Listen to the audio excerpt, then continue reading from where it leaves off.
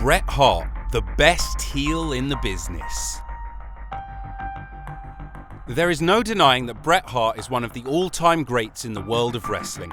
You could argue that his catalogue of matches with opponents of all shapes, sizes and skill levels is the best ever. He had great match after great match, and he just seemed to get better and better as he aged. While it's so easy to focus on what happened at the 1997 Survivor Series, many people overlook that in 1997, Bret Hart as a heel was the best heel in the wrestling business at that time. Today, we're taking a look at his heel run and what made him so great in the role, and why it needs to get more credit than it deserves. Just a quick thank you to you guys for taking the time to watch this video today. Please give us a like and a subscribe if you want more fun wrestling content. Also, do not be shy. Let us know your thoughts on Bret Hart and his heel run in 1997 in the comments section down below. Frustrated isn't the goddamn word for it. Many people will debate when the Attitude Era officially started. And to be fair, most of the events that people say were the start do have a good case. However, one of the earliest pins of the roadmap of the Attitude Era happened after Bret Hart would win his 4th WWF Championship during the In Your House Final 4 pay-per-view event in February of 1997. He would have to face Sid in a steel cage to defend his title. Due to interference from Stone Cold Steve Austin and The Undertaker, Sid would walk out as the WWF Champion. This was Bret Hart's breaking point. He was already sick of the way things in the WWF were going. He was screwed at the Royal Rumble the month prior, and now he was screwed again. After this match, he gives a fantastic promo where he airs all of his grievances with the WWF, and he ends it by shoving Vince McMahon to the mat. It was very exciting and quite shocking to see, and the start of a new attitude from Bret Hart. Well, it just seems that every time I turn my back, Stone Cold stick his nose in my business. Frustrated isn't the goddamn word for it! Do you guys consider this promo and shove on Vince McMahon to be where the WWF Attitude Era started? Please let us know your thoughts in the comments section down below. Blood from a stone. After the events of Raw that would see Bret Hart lose the WWF Championship, his feud with Stone Cold Steve Austin, which started back in 1996, would reach a whole new level.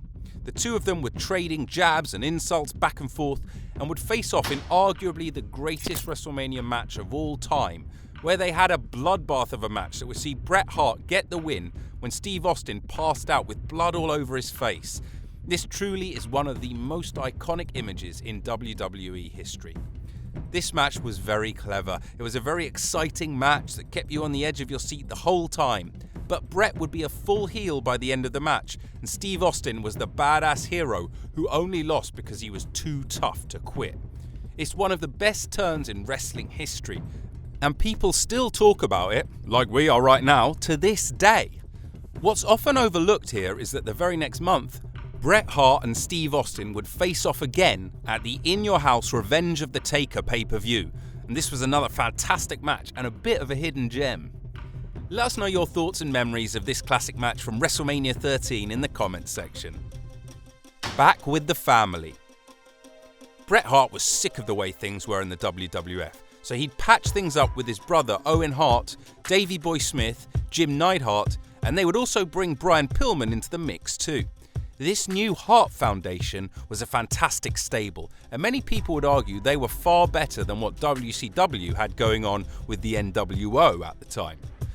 The Hart Foundation would continue having trouble with pretty much anyone that got in their way, but it would all come to a head at the In Your House Canadian Stampede in July of 1997. This is a very exciting 10-man tag that featured the Hart Foundation going up against a bit of a mishmash team that was led by Steve Austin, and he was joined by the Legion of Doom, Kem Shamrock, and Goldust. The match is great, and the way it was put together is shown on the Wrestling with Shadows documentary, and it's well worth checking out. How would you compare the Hart Foundation with the NWO during this time? We'd love to know which faction you liked best.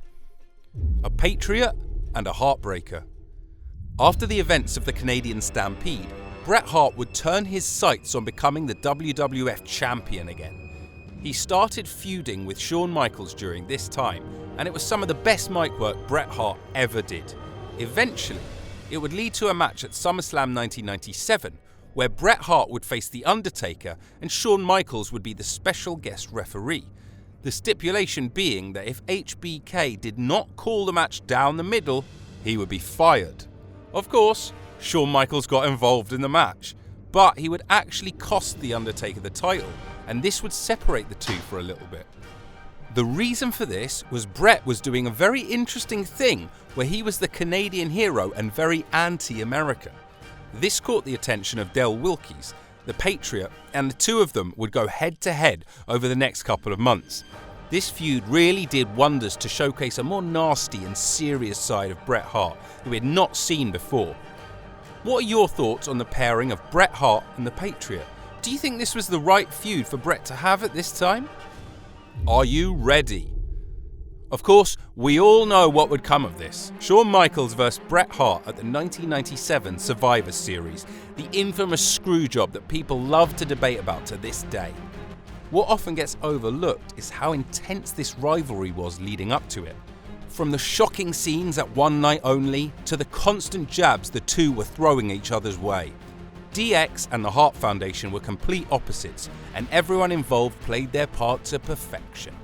This whole feud felt so real, and we'd learned that the reason it felt so real was that it was real.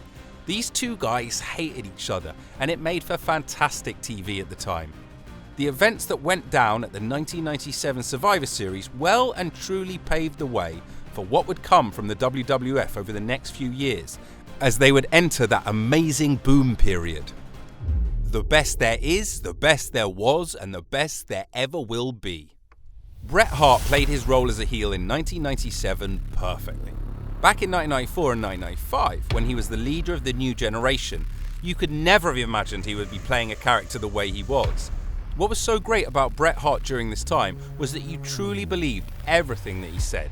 At the end of the day, when you look back, much of what he said was not actually wrong. Many could argue that his actions were justified, and this is what always makes a great bad guy. Even though his run in 1997 as a heel and the leader of the Hart Foundation was relatively short, he had fantastic match after fantastic match during this time, and his promo work was the best it had ever been. You could make the argument that even though the run was short, Bret Hart in 1997 is one of the best heels the WWF ever produced. Thanks for taking the time to watch our look back at Bret Hart working as a heel in 1997. Let us know your thoughts on this run and where you would rank him as the best heels in WWF history. Also, thanks very much for the support. If you could give us a thumbs up if you enjoyed the video, that would be great. Also, be sure to hit that subscribe button for more fun wrestling content.